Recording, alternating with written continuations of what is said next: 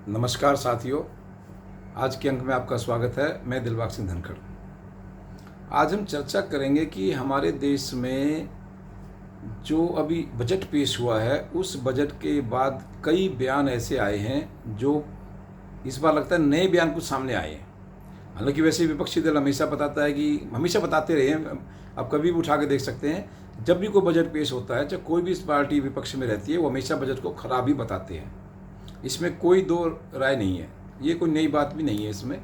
लेकिन इस बार कुछ जो खासकर कांग्रेस दल की तरफ से एक बहुत ज़्यादा एक बयान दिया गया, बहुत ज़्यादा उस बयान को बढ़ा चढ़ा के बताया गया कि ये बजट तो केवल कुर्सी बचाओ बजट है। कुर्सी बचाओ बजट इस बार इसको बताया गया है कांग्रेस पार्टी की तरफ से। आज हम इसी पर चर्चा करेंगे कि ये जो बजट है कुर्सी बचाओ बजट है या कुछ और है, या एक हमारे देश में काले धन की जो हमारे देश में प्रवृत्ति शुरुआत कैसे हुई, आज इस पर भी चर्चा करेंगे। यानी कि आज हमारे जो इस वीडियो बनाने का मुख्य उद्देश्य ये है कि ये बजट कुर्सी बचाओ है या नहीं है। दूसरा कि हमारे देश में काले धन की प्रवृत्ति कैसे शुरू हुई। तो हम बात करते हैं इंदिरा गांधी के समय से। इंदिरा गांधी जब 1966 में श्री लाल बहादुर शास्त्री जी का निधन हो गया, उसके बाद इंदिरा गांधी देश की प्रधानमंत्री बनी। उस समय कांग्रेस पार्टी के काफ़ी लीडर्स उनको पसंद नहीं करते थे, और पार्टी में एक वैसी घटना बताते हैं कि उस समय पार्टी में हमेशा टूट की संख्या बनी रहती थी, और वो 1969 में कांग्रेस में बड़ी टूट हो भी गई। कांग्रेस पार्टी यानी कि 1969 में टूट गई, उसके काफ़ी बड़े नेता जो उसको छोड़ कर चले गए, और उन्होंने कईयों ने अपना दल बना लिया। उसमें से जब कांग्रेस टूट गई, इंदिरा गांधी को जब लगा भाई या पार्टी को देश को कैसे चलाना है, उसके लिए कैसे करना है, यानी कि कांग्रेस जो इंदिरा गांधी है उस समय कुछ भी ऐसा करने को तैयार थी कि किसी भी तरह से वो अपनी पार्टी पर एक अंकुश रख सके और देश में अपनी सत्ता बनाए रख सके। और उसके बाद ही 71 में इलेक्शन भी आना था।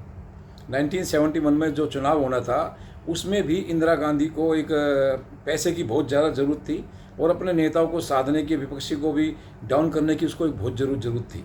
ऐसी कोई नियम की व्यवस्था की करना चाहती थी वो। उस समय देश की वित्त मंत्री भी इंदिरा गांधी स्वयं थी। हमारे देश की जो फाइनेंस मिनिस्टर थी उस टाइम 1970 में इंदिरा गांधी स्वयं थी।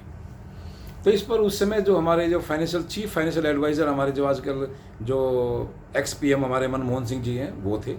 तो उन्होंने आपस में मिलकर एक सलाह, एक समस्या, एक व्यवस्था ऐसी तैयार की कि किस तरह से हम विपक्ष को दबाएं और बिजनेसमैनों से हम काफ़ी पैसा हम लें, जिससे कि अपनी पार्टी में पैसा खर्च कर सकें और विपक्ष के नेताओं को हम दबा सकें, और अब जो भी हम जैसे भी चाहें अपने सत्ता में हम बने रहें।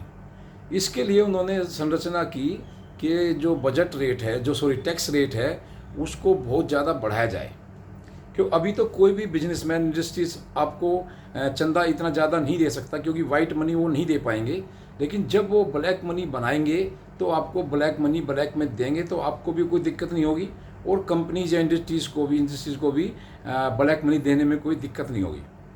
तो इस तरह की व्यवस्था करके इन्होंने एक ऐसा टैक्स रेट तैयार किया उस समय की इंदिरा गांधी प्रधानमंत्री, वित्त मंत्री ने, और चीफ फाइनेंशियल एडवाइज़र जो हमारे जो मनमोहन सिंह जी थे उन्होंने। यानी कि आप तुलना कीजिए 97.5 97.5 यानी कि 97.5% तक का भी उस समय एक जो टैक्स रेट था लोगों पर, इनकम टैक्स थोपा गया, और लोगों से वो टैक्स लिया भी गया। बड़ी बड़ी इंडस्ट्रीज कंपनियों को तो उस समय इतनी दिक्कत हो रही थी, इतना वो सिस्टम उनका ख़राब हो गया था कि वो समझ नहीं पा रहे थे कि हम क्या करें, कैसे बिजनेस चलाएं, कैसे धंधा चलाएं। लेकिन इंदिरा गांधी की सरकार थी और उन्होंने वो कानून उस टाइम लागू कर दिया, और इससे एक सबसे बड़ा ये उनको जो उनका टारगेट था कि जो भी अब बिजनेसमैन है वो पैसा अगर कमाएंगे तो उनको पता है भाई अब पैसा कमाएंगे तो उनको ब्लैक मनी जनरेट होगी, क्योंकि इतना टैक्स वो दे नहीं सकते। यानी कि आप ये समझ लीजिए उस समय 1 लाख रुपए अगर कोई कमाता है आदमी, कोई बिजनेसमैन, इंडस्ट्रीज, खासकर उस टाइम 1 लाख की बड़ी वैल्यू होती थी, 1 लाख कमाना बहुत मुश्किल था। यानी कि 1 लाख तक की स्लैब में अगर कोई आता है तो उसको यानी कि 93,380 रुपये करीब टैक्स देना पड़ेगा। यानी कि अगर आप 1 लाख रुपए कमाते हैं तो 1 लाख में से 93,380 रुपये आपका टैक्स में चला जाएगा। अगर टैक्स में चला जाएगा तो आप सोचिए कौन आदमी इतना पैसा कमाएगा, कैसे कमाएगा, क्यों कमाएगा। वो तो सिर्फ कमा कमा के सरकार को देगा, और बिजनेसमैन इंडस्ट्री कैसे आगे बढ़ेगी। इस चीज़ को देखते हुए भी काफ़ी जो हमारे बिजनेसमैन थे, इंडस्ट्रीज थी, उन्होंने देश को छोड़ना ही सही समझा, और काफ़ी जो बड़ी बड़ी मल्टीनेशनल कंपनियां थी वो देश को छोड़ के चली गई, और विदेशों में खासकर चाइना में उस टाइम बहुत बिजनेस हमारे यहाँ से गया। और साथ में जो हमारे वर्कर थे, अगर वर्करों की भी यहाँ जब इंडस्ट्री यहाँ से हट गई, फैक्ट्री यहाँ से हट गई, तो वर्कर्स भी जो हमारा टैलेंट था, जो हमारा हुनर था, वो भी यहाँ से काफ़ी दूसरे देशों में शिफ्ट हो गया। तो इस तरह से जो हमारे देश का जो इन्होंने टैक्स रेट इतना बढ़ा दिया था, इससे पूरी पब्लिक में चारों तरफ हाहाकार था। और इनका मुद्दा केवल एक ही था, इन्होंने अपने इंडस्ट्रीज़ को, फैक्ट्रीज व कंपनी वालों को बुलाया कि भाई आप कमाइए, पैसा कमाइए और अपना ब्लैक मनी बनाइए, और आप उसका टैक्स का हमें कुछ हिस्सा दीजिए, और आप भी तरक्की करो, हमें भी पैसा आए। और साथ में उन्होंने एक व्यवस्था और भी रखी कि आप विपक्ष को पैसा नहीं देंगे, यानी विपक्ष के जो लीडर्स हैं उनको कोई भी इंडस्ट्रीज, कंपनी, फैक्ट्री वाले उनको पैसा नहीं देंगे। हाँ, किसी का अगर किसी से कोई व्यक्तिगत संबंध हो, बात दूसरी है, लेकिन उन्होंने इस पर बिल्कुल पूरी तरह से रोक लगाने की कोशिश की और अपना पूरा एक अंकुश बना के रखा। क्योंकि उनको पता है अगर कोई भी जो पैसा कमा रहा है, जो बिजनेसमैन है, अगर वो पैसा कमाएगा तो वो टैक्स चोरी करने की भी कोशिश करेगा, और टैक्स चोरी करने की कोशिश करेगा तो हमेशा वो इनकम टैक्स के रडार में रहेंगे। तो इस तरह से उन्होंने जितने भी इंडस्ट्रीज थे, फैक्ट्रीज, कंपनियां थी, उन सबको अपने एक इनकम टैक्स के जो चंगुल में फंसा लिया, और वहाँ से एक ब्लैक मनी का बहुत बड़ा सिस्टम वहाँ से चालू हो गया। हमारे देश में कहते हैं ना ब्लैक मनी बहुत है, ब्लैक मनी बहुत है। तो ये ब्लैक मनी की शुरुआत जो इंदिरा गांधी के समय से हुई थी, जब उन्होंने 97.5 तक का एक टैक्स रेट लगा दिया था लोगों पर, और लोग उस टैक्स रेट से बचने के लिए ब्लैक मनी की तरफ ज़्यादा आने लगे। और इसमें हमारे जो खासकर जो अधिकारी है, नौकरशाही है, वो भी इसमें बहुत अच्छी तरह से उन्होंने पैसा कमाया। साथ में उस टाइम उन्होंने एक बहुत बड़ा काम और भी किया, बड़ा तो का इसको नहीं कह सकते, घिनौना कार्य उन्होंने एक और किया, कोटा राज, लाइसेंस कोटा राज।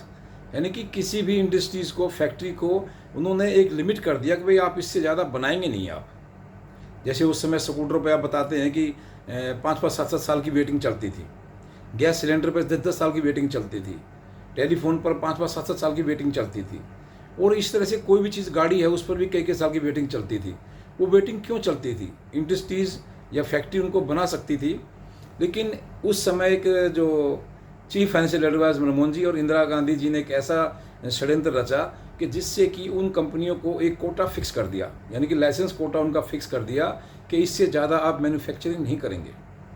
अगर मैन्युफैक्चरिंग नहीं करेंगे तो मार्केट में डिमांड आएगी, मार्केट में डिमांड आएगी, सप्लाई होगी नहीं तो ब्लैक मनी अपने आप बनेगी। लोग जो आउट ऑफ टर्न कोई भी चीज़ हासिल करने की कोशिश करेंगे, वो पैसा देंगे और वो अपने उसमें चीज़ में उसको इस्तेमाल करेंगे। तो इस तरह से आप देखेंगे काफ़ी समय पहले तक मोबाइल फ़ोन, स्कूटर है, कार है, ये सब बड़ी मुश्किल से मिलते थे, उनमें काफ़ी लंबी वेटिंग चलती थी। उनका मेन कारण यही था कि जो उस टाइम कांग्रेस के खासकर कार्यकर्ता थे, वो उन्होंने एक धंधा मिल गया था बैठे बैठाए कि अपने वर्कर को भी धंधा मिलता रहे और उनको भी ब्लैक मनी पार्टी को मिलता रहे। तो इस तरह से देखा ये जाता है कि हमारे देश में जो ब्लैक मनी की शुरुआत है वो इंदिरा गांधी के द्वारा जो इतना टैक्स हाई रेट, जो टैक्स रेट लगा दिया था, उसी से हुई। अब इसमें हम बात करते हैं कि कुर्सी बचाओ कैसे इस बजट को कह रहे हैं, लेकिन मैं तो ये मानता हूँ कि कुर्सी बचाओ बजट इंदिरा गांधी ने उस टाइम 97.5 तक का जो इंटरेस्ट रेट ले गई थी वह था। क्योंकि अगर वो इस टाइम इतना टैक्स रेट नहीं बढ़ाती तो शायद उनकी सरकार नहीं बनती। हाँ, उसी बात में जो उन्होंने 97 में जो इलेक्शन लड़ा था, उसमें उनके चुनाव में काफ़ी पैसा लगा था, उस पर कदाचार हुआ था, भ्रष्टाचार हुआ था। उसी में जो एक राजनारायण जी थे वो हाई कोर्ट चले गए थे, और उस हाई कोर्ट में वो जीत भी गए थे कि इंदिरा गांधी ने भ्रष्टाचार से ये चुनाव जीता है। आप देखिए कि जब हाई कोर्ट का ये फैसला आया और तो इंदिरा गांधी की सदस्यता उस टाइम रद्द हो गई, क्योंकि उसने ब्लैक मनी इलेक्शन में इस्तेमाल किया था और वो कोर्ट में प्रूफ हो गया था। तो जब हाई कोर्ट ने उनकी सदस्यता ख़त्म की तो उसी समय उन्होंने अपना हमारे देश में एक इमरजेंसी लागू कर दी थी। ये भी आपको पता होगा कि 1975 में जब फैसला आया तो 1975 में इंदिरा गांधी ने देश में इमरजेंसी लागू कर दी, जो होगी हमारे देश में आज तक भी उसके जो कारण है या जो उसके जो परिणाम है आज तक भी हमारा देश भुगत रहा है। तो इस प्रकार हम देखते हैं कि जो कांग्रेस पार्टी द्वारा ये कहा जा रहा है कि भाई ये बजट जो है कुर्सी बचाओ बजट है, ये बिल्कुल गलत है। ये पहले अपने इन पार्टी की तरफ इनको अपने भविष्य इतिहास को देखना चाहिए कि इनके बड़े बड़े नेताओं ने क्या किया है आप देखेंगे कि इंदिरा गांधी ने उस समय इतनी, यानी कि देश के अंदर हर कानून को ऐसे तोड़ मरोड़ के पेश किया, हर कानून को ऐसे इस्तेमाल किया कि जिससे उसकी सत्ता बनी रहे और जो विपक्षी दल थे उन पर भी वो अंकुश बना के रख सके। तो इस तरह से देखने में ये आया कि कुर्सी बचाओ बजट ये नहीं था, कुर्सी बचाओ बजट 1971 का जो इंदिरा गांधी लेके आई थी वह था। और साथ में काले धन को जो उत्पत्ति, जो सबसे पहले जो काले धन की उत्पत्ति हुई है वो भी इंदिरा के समय से हुई है। इंदिरा ने देश में ऐसे दो ये बड़े ही गलत काम किए जिसको हमारा देश आज तक भुगत रहा है। वरना अगर जैसे हमारी जो पहले उस समय जो टैक्स व्यवस्था चली आ रही थी, देश में जो सुधार के कार्य हो रहे थे, अगर उन कार्यों को नहीं रोका जाता तो शायद हमारा देश, भारत देश आज शायद चाइना से भी आगे होता। तो इस प्रकार आप इसकी विश्लेषण तुलना कर सकते हैं कि किस तरह से हमारे देश में भ्रष्टाचार और ब्लैक मनी को बढ़ावा दिया गया, जो कि आज तक भी चलती आ रही है। ब्लैक मनी का आज तक ऐसा कोई इलाज नहीं हो पाया है कि जिससे भी ब्लैक मनी रुक जाए। काफ़ी इस पर सरकार कोशिश कर रही है, काफ़ी हद तक इसमें कामयाबी पा भी ली है, लेकिन अभी इसमें बहुत ज़्यादा सुधार की आवश्यकता है। अब आगे देखते हैं सरकार इसमें और क्या क्या कदम उठाती है। तो इस भविष्य आज की वीडियो में इतना ही। आप इस पर बने रहें। आपका बहुत बहुत धन्यवाद।